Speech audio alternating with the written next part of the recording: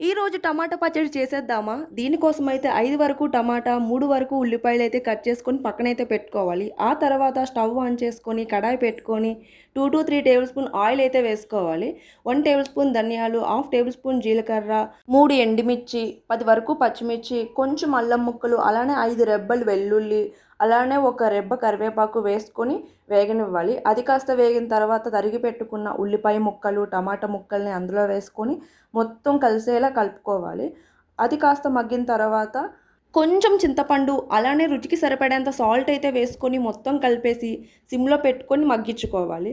మధ్య మధ్యలో కలుపుకుంటూ ఆయిల్ మొత్తం తేలేంత వరకు మగ్గనివ్వాలి. అలా తర్వాత స్టవ్ ఆఫ్ చేసుకొని చల్లారబెట్టుకొని మిక్సీ అయితే పెట్టుకోవాలి. రోట్లో రుబ్బుకుంటే ఇంకా మంచిగా టేస్ట్ వస్తది.